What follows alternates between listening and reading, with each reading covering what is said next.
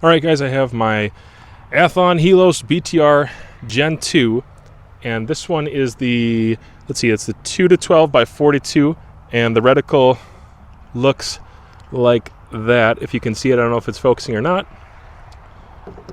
That's what the reticle looks like.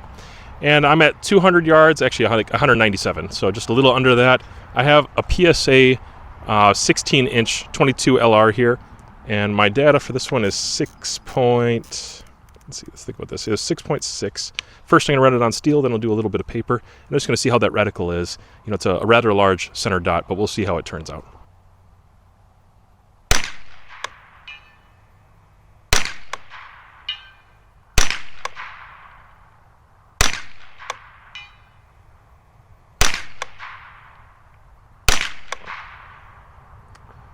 A little high.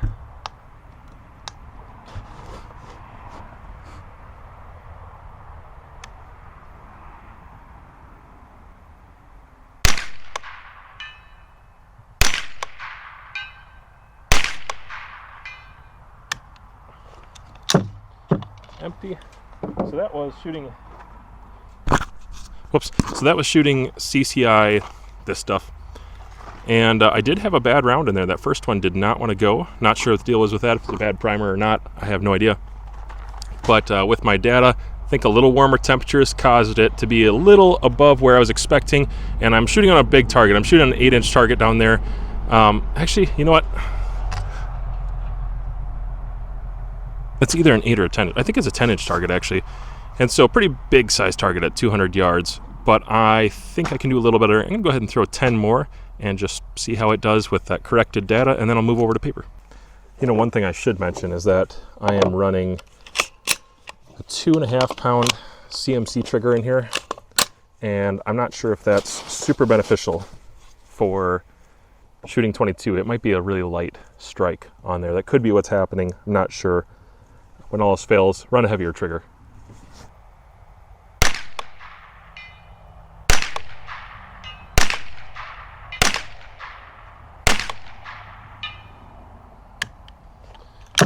Yep. All right, just so there's no fooling about, let's see. I'm going to use my target camera system. If you can see that, I'm sorry, the reflections are heavy. But in there somewhere, I can see it fine. There is a picture of my target. Actually, I'm going to take a video of the target. Long shot target cameras, really good stuff. I'm going to set that up like so.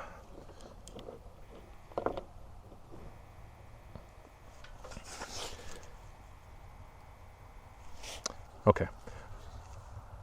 I'm going to go for that upper right target. Yeah, I'm going to go for that upper right target and just put 5 on there. I'm not expecting good results with this. Going to be honest with you, this thing is not super tight shooting. Good enough for steel, not usually for paper or varminting at this kind of distance. Just doesn't chamber all that well or tightly or something like that. Either way, I'm going to go ahead for fun and throw 5 at that upper right target. Actually, I'm going to have to use the lower right target, because I can see that one a little better with this dot in the reticle. So that's one feature. The dot size is a little big, and at 200 yards, I kind of have to use that one, the bigger dot size. I can't see the other one very well. My reticle covers it up with that big dot.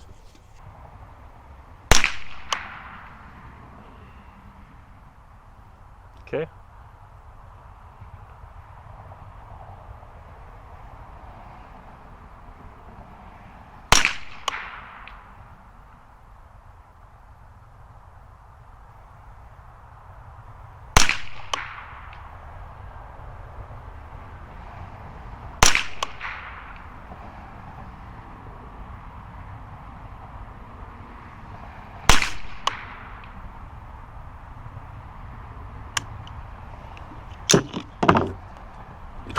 Take a look. Oofta. So, got 1, 2. All right, so we got 1, 2, Geez, that was not a very good group. That's not even worth marking.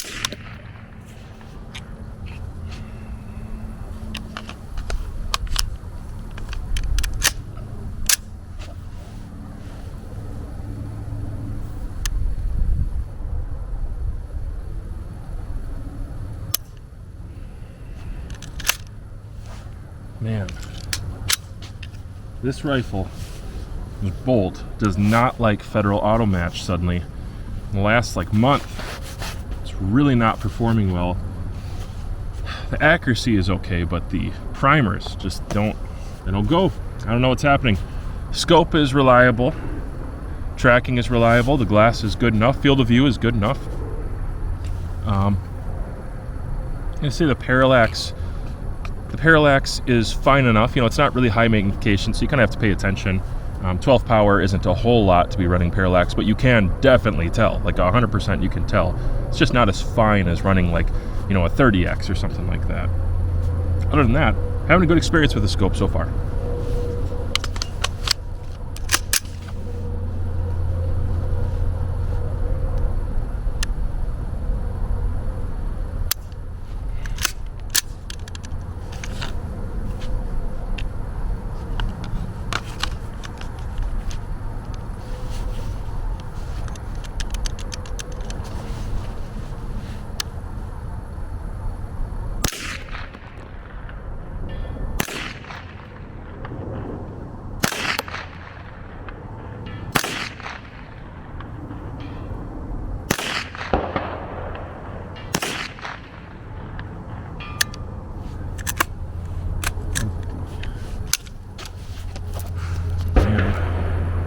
So I was kind of disappointed in the rifle lately, but I'm not disappointed in the scope. The optic itself has been on the channel for a while, and you've seen it on a number of different rifles, mostly on MSR types, because I like the way that this is set up and the way that it kind of runs together with an AR. I think as a 30mm tube type optic, it's just a little bit lighter, but it has a whole bunch of range of travel. That's why I threw it on 45 MOA rings, so I can get the most out of this optic as possible. It's a $500 optic, and for a 2-12 by 42, I really want to get the most out of it if it's a $500 scope. Now, it has purpose for me. I find that on an air gun or something like that, I think it does really, really well. I put a scope level on it from MK Machining because I do want to use it relatively precisely, but I know that there's a difference between this and the 5-25 that I just reviewed from Element Optics. It doesn't have that huge range of magnification, and quite frankly, it doesn't have the smallness of the reticle and the center dot. But from 2-12, you can do a lot with it. You can plink with it. You can do a lot of hunting with it. It's got illumination, and so I feel like it is set up as a really good hunting scope. And especially the fact that that illumination is, in fact, daylight bright. Now, the parallax itself goes all the way up to infinity and all the way down to 10 yards. And I've actually run this scope on bolt actions on relatively large sized targets at over 1,000 yards. And lots of internal elevation helped me get there with my 308. I didn't actually need that much. This has 36 mils of internal E, which is really fantastic. But with that parallax setting, 12 power is not a lot, and so it's a noticeable difference. It's just not as noticeable as high magnification. So this isn't a review, guys. I'm just giving you an update, letting you know I'm still running it, still running MK machining for bubble levels. I like the optic quite a bit, having a little bit of issue with this rifle. Maybe you'll see a different optic on the rifle. Maybe you'll see this optic on a different rifle in the future. Just giving a heads up and an update.